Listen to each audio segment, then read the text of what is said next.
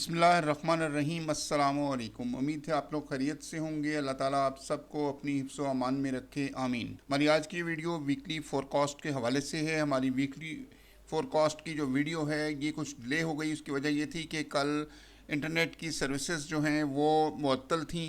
शाम के टाइम कल इंटरनेट बिल्कुल नहीं आ रहा था। पीटीसीएल का इंटरनेट, मोबाइल इंटरनेट वगैरह तो चल रहे थे, लेकिन पीटीसीएल इंटरनेट जो है वो मुकम्मल तौर पर इंटरप्शन थी, जिसकी वजह से हमने एक वीडियो भी लगा दी थी शॉर्ट्स में कि हमारे इंटरनेट में इंटरप्शन की बायस जो है वो वीडियो डिले हो गई है। तो हम लोग इसके लिए माजरत खा हैं कि हम अपनी वीडियो नहीं दे सके, क्योंकि उसमें हमारी गलती नहीं बल्कि इंटरनेट सर्विसेज जो थी वो मुअत्तल थी और हम अपनी वीडियो इन टाइम जो है वो आपके लिए नहीं लेके आ सकते। लेकिन इसके बावजूद हम आपसे माजरत खा हैं। तो चलिए आज की वीडियो का आगाज़ करते हैं। सबसे पहले हम चलेंगे फॉरेक्स फैक्ट्री पर और वहाँ जाकर हम फंडामेंटल न्यूज़ को चेक करेंगे और उस फंडामेंटल न्यूज़ देखने के बाद हम ट्रेडिंग चार्ट पर चलेंगे और अपने कुछ लेवल्स चेक करेंगे जहां से हम बाय और सेल करके अच्छा प्रॉफिट हासिल कर सकते हैं। आने वाला वीक बहुत ही अहमियत का हामिल है क्योंकि इस वीक में एफओएमसी भी है। तो चलिए चलते हैं फॉरेक्स फैक्ट्री की वेबसाइट पर। नाज़रीन, हम इस वक्त फॉरेक्स फैक्ट्री की वेबसाइट के ऊपर आ चुके हैं। यहाँ पर अगर आप देखें तो मंडे को शाम को 5:30 बजे यूएसडी के ऊपर एक मीडियम इम्पैक्ट न्यूज़ है। एम्पायर स्टेट मैन्युफैक्चरिंग इंडेक्स का डाटा है और इसके साथ साथ रात को 11:30 बजे यूरो के ऊपर ईसीबी प्रेसिडेंट की स्पीक है। तो ये दो डाटाज हैं मंडे वाले दिन यूएसडी के ऊपर और यूरो के ऊपर। इसके बाद अगर हम आगे चलें तो ट्यूसडे वाले दिन अगर आप देखें तो जीबीपी के ऊपर सुबह 11:30 बजे पाकिस्तानी वक्त के मुताबिक एवरेज अर्निंग्स इंडेक्स का डाटा है, मीडियम इम्पैक्ट न्यूज़ है और इसके साथ साथ ही जीबीपी के ऊपर दूसरी भी न्यूज़ है और वो भी मीडियम इम्पैक्ट न्यूज़ है।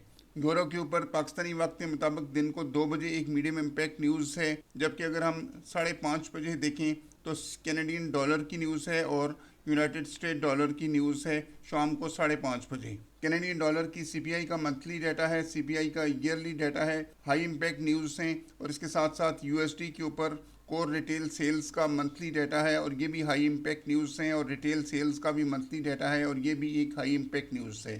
खासी मूवमेंट देखने को मिल सकती है इस दिन हमें कैनेडियन डॉलर पर भी और यूएसडी के ऊपर भी। स्टॉप लॉस और मनी मैनेजमेंट को लाजमी तौर पर मद्देनज़र रखें क्योंकि इस वीक में खासी ज़्यादा मूवमेंट होने वाली है, बहुत ज़्यादा वॉलेटाइल रहने वाली है मार्केट इस वीक के अंदर। और अगर आप मनी मैनेजमेंट और स्टॉप लॉस को मद्देनज़र रख कर ट्रेड करेंगे तो इंशाल्लाह आप एक अच्छा प्रॉफिट गेन करने की पोजीशन में होंगे। उसके बाद 17 सितंबर को बुध वाले दिन अगर आप देखें तो जीबीपी का सीपीआई का ईयरली डाटा है पाकिस्तानी वक्त के मुताबिक दिन 11 बजे। खासी मूवमेंट हो सकती है जीबीपी में और इसके साथ साथ यूरो के ऊपर 12:30 बजे अगेन ईसीबी प्रेसिडेंट की स्पीक है और इसके ऊपर भी आपको यूरो में मूवमेंट देखने को मिल सकती है।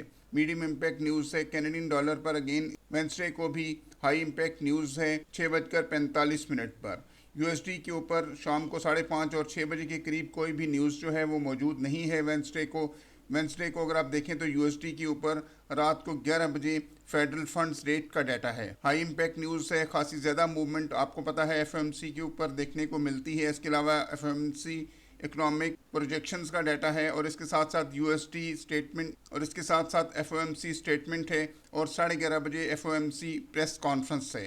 तो ये 4 हाई इम्पैक्ट न्यूज़ यूएसडी के ऊपर हैं 11 बजे और उसके बाद रात को 11:30 बजे पाकिस्तानी वक्त के मुताबिक। खासी ज़्यादा मूवमेंट देखने को मिलती है इस न्यूज़ के ऊपर। स्टॉप लॉस और मनी मैनेजमेंट को लाजमी तौर पर मद्देनज़र रखें क्योंकि इसके ऊपर खासी ज़्यादा मूवमेंट होती है और अगर आप बिगिनर हैं तो मेरे ख्याल में आप एफएमसी की मूवमेंट के ऊपर ट्रेड करने से परहेज़ ही करें तो ज़्यादा बेहतर होगा। लेकिन अगर आप मनी मैनेजमेंट और स्टॉप लॉस को मद्देनज़र रख कर ट्रेड करते हैं तो फिर आप एक अच्छा प्रॉफिट भी यहाँ से हासिल कर सकते हैं। इसके बाद थर्सडे 18 सितंबर को सुबह 3:45 पर न्यूजीलैंड के ऊपर जीडीपी का क्वार्टरली डाटा है और इसके साथ साथ पाकिस्तानी वक्त के मुताबिक सुबह 6:30 पर ऑस्ट्रेलियन डॉलर का हाई इम्पैक्ट डाटा है एम्प्लॉयमेंट चेंज का।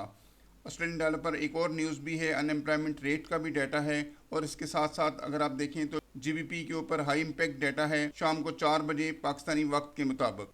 और इसके बाद अगर आप देखें तो शाम को 4 बजे जीबीपी के ऊपर भी एक हाई इम्पैक्ट डाटा है, बल्कि 3 मुख्तलिफ न्यूज़ हैं जीबीपी के ऊपर हाई इम्पैक्ट। खासी ज़्यादा मूवमेंट आपको देखने को मिल सकती है और जीबीपी का इफ़ेक्ट आपको गोल्ड के ऊपर भी नज़र आ सकता है।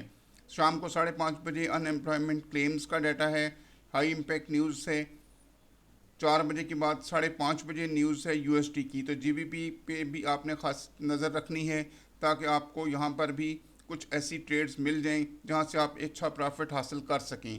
उसके बाद 5:30 बजे ही एक मीडियम इम्पैक्ट न्यूज़ भी है। फ्राइडे वाले दिन जेपीवाई का हाई इम्पैक्ट डेटा है, टेंटेटिव है, फ़िलहाल उसका टाइम वगैरह फ़िलहाल मेंशन नहीं है। उसके बाद अगर आप देखें तो 11 बजे पाकिस्तानी वक्त के मुताबिक सुबह के टाइम पे रिटेल सेल्स का मंथली डाटा है जीबीपी का, मीडियम इम्पैक्ट न्यूज़ है, जबकि यूएसडी के ऊपर फ्राइडे को कोई भी मीडियम या हाई इम्पैक्ट न्यूज़ मौजूद नहीं है। कैनेडियन डॉलर के ऊपर सिर्फ मीडियम इम्पैक्ट न्यूज़ है पाकिस्तानी वक्त के मुताबिक शाम को 5:30 बजे। तो ये तमाम फंडामेंटल न्यूज़ आपके लिए बहुत ज़्यादा मददगार साबित हो सकती हैं, लेकिन याद रहे इस वीक में आपने किसी भी तौर पर मनी मैनेजमेंट और स्टॉप लॉस को हाथ से नहीं जाने देना, क्योंकि आपको इस सूरत में नुकसान भी हो सकता है। मार्केट में खासी ज़्यादा वॉलेटिलिटी देखने को मिल सकती है। तो चलिए चलते हैं ट्रेडिंग चार्ट पर और वहाँ जाकर कुछ अहम लेवल्स भी डिस्कस कर लेते हैं। हम इस वक्त ट्रेडिंग चार्ट के ऊपर आ चुके हैं। ये मंथली का ट्रेडिंग चार्ट है, यानी कि मंथली के टाइम फ्रेम का ट्रेडिंग चार्ट है। अगर आप देखें तो हमारे पास यहाँ पर एक कैंडल ऐसी बनी थी जहाँ से ऐसा महसूस हो रहा था कि शायद मार्केट जो है वो नीचे की तरफ मूवमेंट करेगी, लेकिन ऐसा बिल्कुल भी नहीं हुआ। हम इसको एक एरो की मदद से हाईलाइट करते हैं।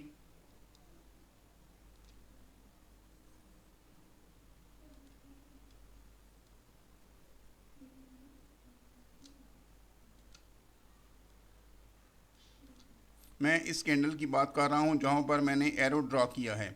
उसके बाद नेक्स्ट जो मंथ आया उसमें मार्केट ने अपना बाइंग स्ट्रक्चर दोबारा से शुरू किया, और इस महीने में भी यानी अगस्त के महीने में और उसके बाद सितंबर के महीने में भी ताहाल मार्केट जो है वो मुकम्मल तौर पर एक बाइंग स्ट्रक्चर में ही मौजूद है। चलते हैं वीकली के टाइम फ्रेम में और वहाँ जाकर देखते हैं कि हमें कौन कौन से लेवल्स ऐसे मिल सकते हैं जहाँ से हम ट्रेड लेकर अच्छा प्रॉफिट हासिल कर सकें। तो ये देखिए वीकली के टाइम फ्रेम में हमें इस वक्त अभी आ चुके हैं। यहाँ पर हम देखेंगे ये ब्लू कलर की जो लाइन हमने यहाँ पर लगा रखी है, ये ब्लू कलर की लाइन वो वाली सपोर्ट है जो काफ़ी अरसा तक कायम रही, यानी कि 1 2 3 4 5 6 और 7 वीक्स तक ये वाली सपोर्ट हमारे लिए कायम रही। उससे पहले यही सपोर्ट जो है बतौर रेजिस्टेंस यहाँ पर काम करती रही, और उसके बाद यही रेजिस्टेंस हमारे लिए सपोर्ट बन गई। इसके बारे में हम पहले भी आपको बता चुके हैं और आगे चलकर दोबारा भी बताएंगे कि एसबीआर और आरबीएस का कंसेप्ट क्या होता है। तो यहाँ पर ये हुआ था कि आरबीएस का फैक्टर जो है वो लागू हुआ, यानी कि रेजिस्टेंस बिकम अ सपोर्ट। तो यहाँ पर ये देखिए हमारी जो ये वाली रेजिस्टेंस थी वो यहाँ पर सपोर्ट बनी, और यहाँ पर मार्केट ने तकरीबन 7 वीक्स तक मार्केट ने इसको नीचे की तरफ ब्रेक नहीं किया, और उसके बाद मार्केट जो है वो ऊपर की तरफ मूवमेंट कर गई। अभी मार्केट अपने हाई लेवल्स पर मौजूद है, और हमने ये देखना है कि मार्केट हमें किस जगह से सेल फ्राहम करती है और कहाँ से हमें अगेन बाय की ट्रेड फ्राहम करती है, किस जगह तक मार्केट रीटेस्ट करती है ताकि हम अगेन बाय कर सकें।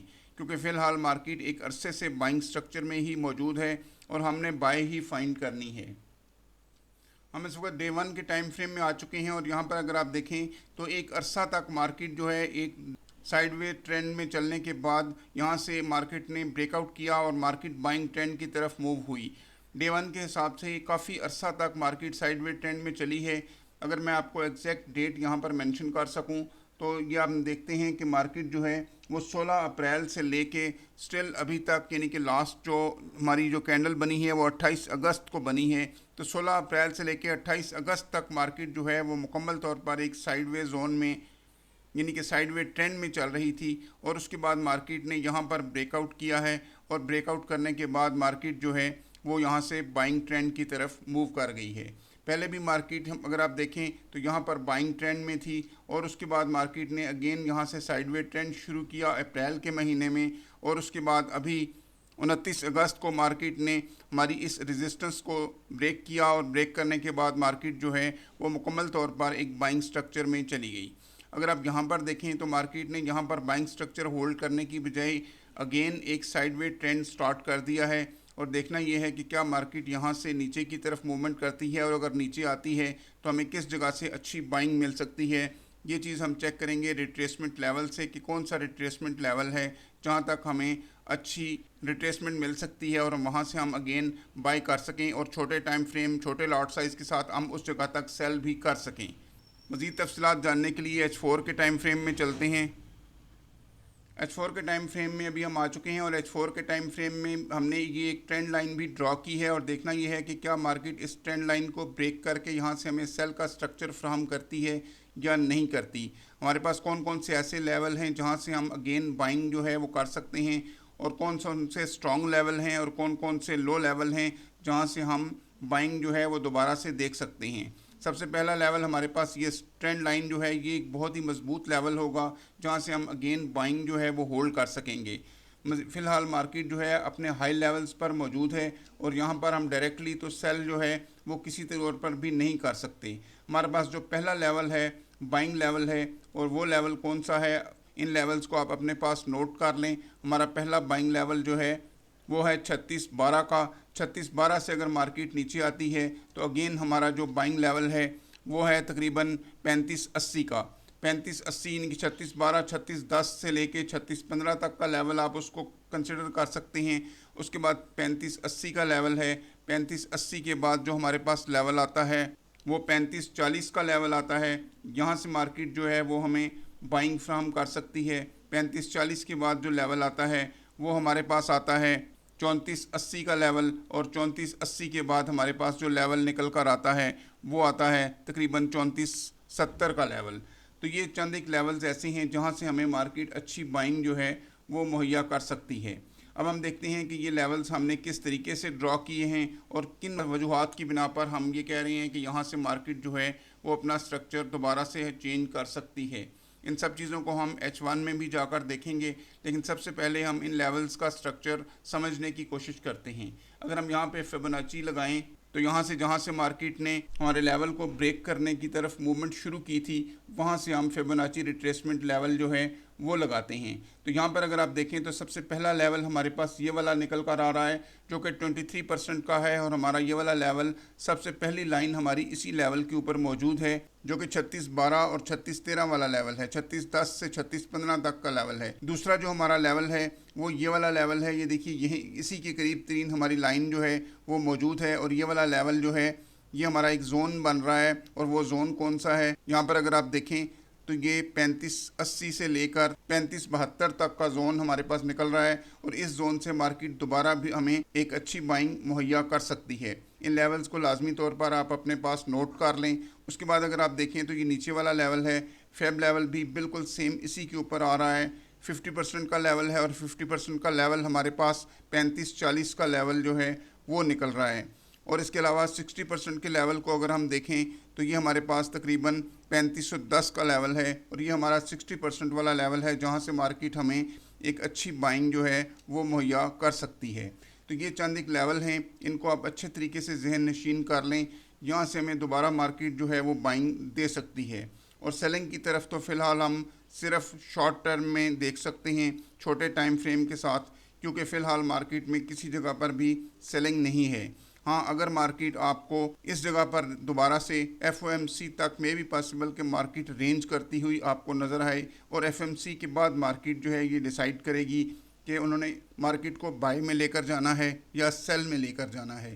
तो FOMC तक मार्केट का यही मुतवक्को है कि मार्केट जो है वो मुकम्मल तौर पर एक साइडवे ट्रेंड में चलेगी। तो ऐसी सूरत में हम आपको मज़ीद भी अपडेट करेंगे। अगर मार्केट यहाँ से दोबारा 3610 और 3615 से दोबारा बाइंग होल्ड करती है तो आप इस जगह से इस सपोर्ट से बाय करें और ऊपर वाली जो हमारे पास रेजिस्टेंस है यानी कि 3650 3660 वाले जो लेवल्स हैं वहाँ से हम सेल कर सकते हैं। लेकिन याद रखिए स्टॉप लॉस मनी मैनेजमेंट को लाजमी तौर पर मद्देनज़र रखें। सेल के लेवल्स अभी हमसे बहुत दूर हैं। जब तक मार्केट 3450 के लेवल्स को ब्रेक नहीं करती उस वक्त तक प्रॉपरली लॉन्ग टर्म सेल नहीं होगी। इन चीज़ों को लाजमी तौर पर मद्देनज़र रखें। छोटे टाइम फ्रेम छोटे लॉट साइज़ के साथ हम यहाँ से छोटी छोटी सेल भी कर सकते हैं, लेकिन याद रहे स्टॉप लॉस को लाजमी तौर पर मद्देनज़र रखें। जहाँ से हमें अच्छी बाइंग मिल सकती है वो वाले लेवल मैंने आपको बता दिए हैं जो कि मैं दोबारा से रिपीट भी कर देता हूँ और वो लेवल हैं 3610 से 3615 का लेवल और इसके अलावा 3580 का लेवल, 3580 के बाद 3540 का लेवल, 3540 के बाद 3515 का लेवल और उसके बाद 3480 का लेवल।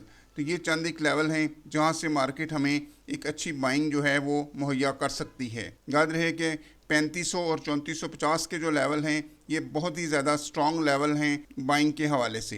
तो देखते हैं कि मार्केट हमें किस जगह तक रिट्रेसमेंट जो है वो देती है। क्या मार्केट हमें 50% या 60% की रिट्रेसमेंट देती है, या आप खुद भी फैब लगाकर इस चीज़ को निकाल सकते हैं कि रिट्रेसमेंट लेवल आपका क्या निकलता है। अब हम H1 में भी जाकर दोबारा से इन लेवल्स को थोड़ा सा देख लेते हैं।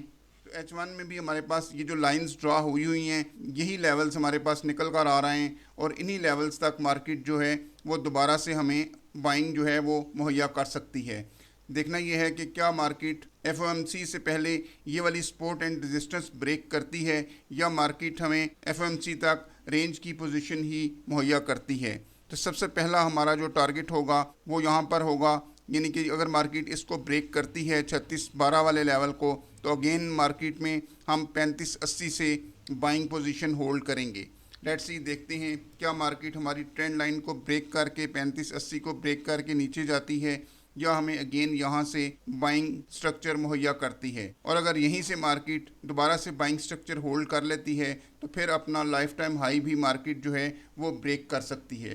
तो लेट्स सी, मंडे को देखते हैं क्या पोजीशन होती है। इस FMC में रेट कट के भी कुछ इम्कानात नज़र आ रहे हैं, और इन केस अगर रेट कट होता है तो फिर गोल्ड दोबारा से 3700 की तरफ मूव कर सकता है। मज़ीद अपडेट्स के लिए हमारे साथ जुड़े रहिए। मिलते हैं अगली वीडियो में। अल्लाह हाफ़िज़।